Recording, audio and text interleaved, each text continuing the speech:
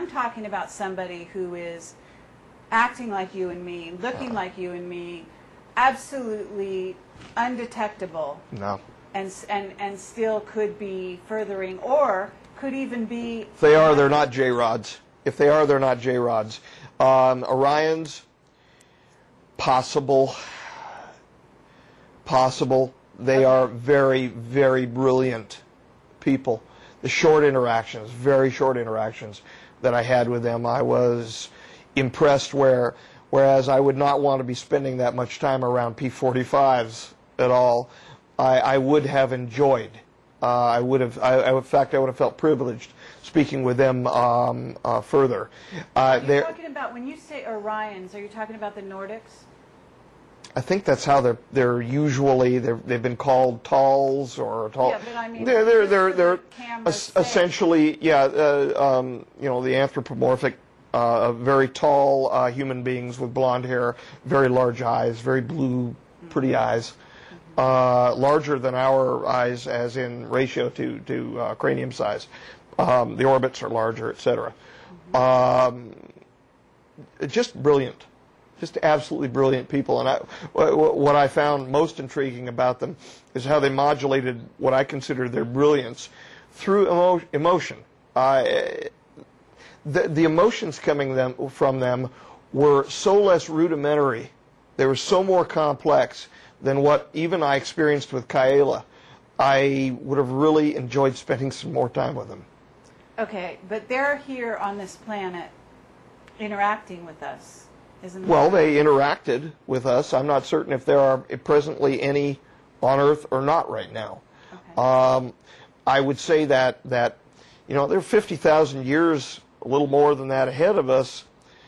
Given the similarity between body structure, between size even and body structure, cephalothoracic to thoracic ratio, similar enough. I think they could probably, if their eyes didn't look the way their eyes look, they could probably get away with walking around. Okay. But their eyes are, they're way larger than ours, and they look like, essentially like these Bratz dolls that the little tween girls are going after nowadays. You know, the eyes are too large. You see these eyes, these hyper-sized eyes. I mean, it's fine on a Bratz doll, but if you walk this thing out onto the street, it's going to get picked out very quickly. Okay. So I just don't think so. Now, I at the same time, I have to say, are they smart enough to probably get away with it? Figure out how? Maybe. Maybe. I doubt it, personally, because I've met a lot of very interesting, but a few strange people in the last 4.5 years talking with the public who believe that there are literally reptilians walking around that are wearing masks and things like that. No. You know, I'm a little more rooted in reality. I hate to put it that way, but no. I joked with her that I wanted to do something over at the first place where we were at for my debriefing. I said, when the debriefing gets done, what I wanted to do is I wanted to hire some special effects people for real. Would end the debriefing, and then we would stop, and then we would begin filming with another camera. And I was just suggesting a joke. It never got pulled off. Somebody... What I was going to do is have a special effects person work me up with my face over the top of a reptilian face, and I was going to rip it off and go, God, I'm tired of these human masks. And just have this little segment put out there as a joke. But she told me that people would take it seriously. People would believe it. You can't do that. People will believe it. It's true. I don't know. I've got a strange sense of humor, I guess. Okay, but you had a dealing with P-45s, P-52s, and these beings are, their treaty system is being adhered to because they are here in underground bases, monitoring us at all times, because otherwise, how do they know that we are abiding by a so-called treaty? Because supposedly, we broke treaties. Isn't this right? Well, we have strained. Oh, I've got to be. We have strained the treaty system more than once. So have the P-45s.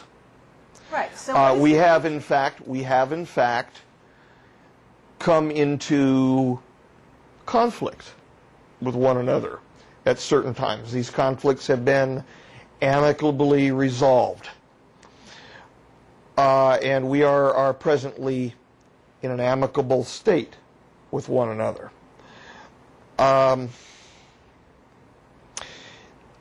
We're not the only ones with the looking glass technology that can look into other timelines. In other words, they have the equipment too. Sure. And so it's not that difficult for those who might be wishing to enforce the treaty on their great-great ancestors, to look into the present time as an expression of them looking into their own past and watching it change. Okay, so in a sense you're saying they know what we're going to do before we do it. They know the probabilities. And so they are substantially capable of interacting with us if they feel that those probabilities are moving to eventuate their own history as they have it written for them as being an outcome. And they find that, the P-52s find that as an unacceptable outcome. So they're pushing their advantage whenever they can.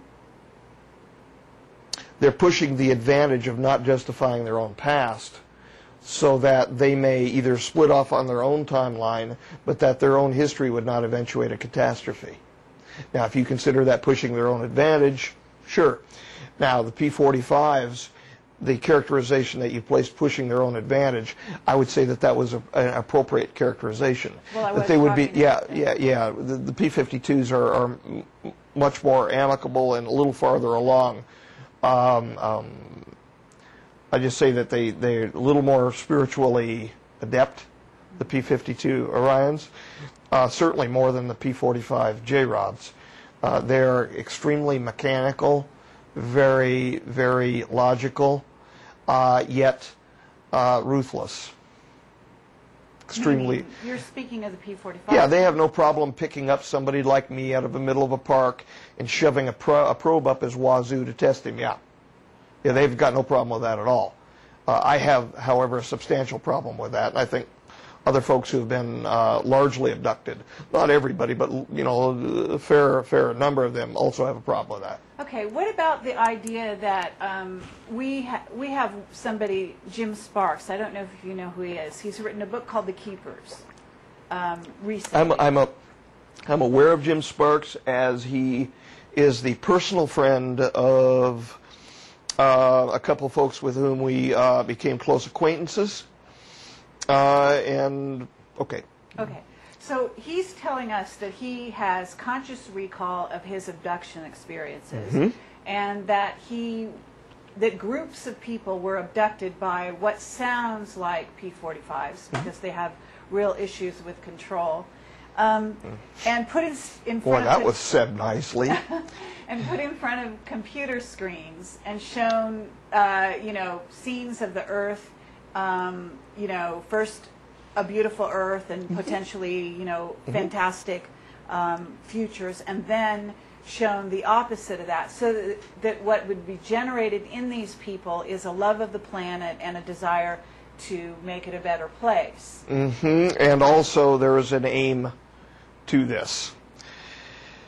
They are aware that our emotions affect our state, our physical state, that our orientation to the energies which are available from the cosmos, if you will, affect the state of our DNA, affect the state of our health, and they are applying that as an experimental protocol, a rubric, if you will, to change the state of the people on board so that they can sample them for biological material.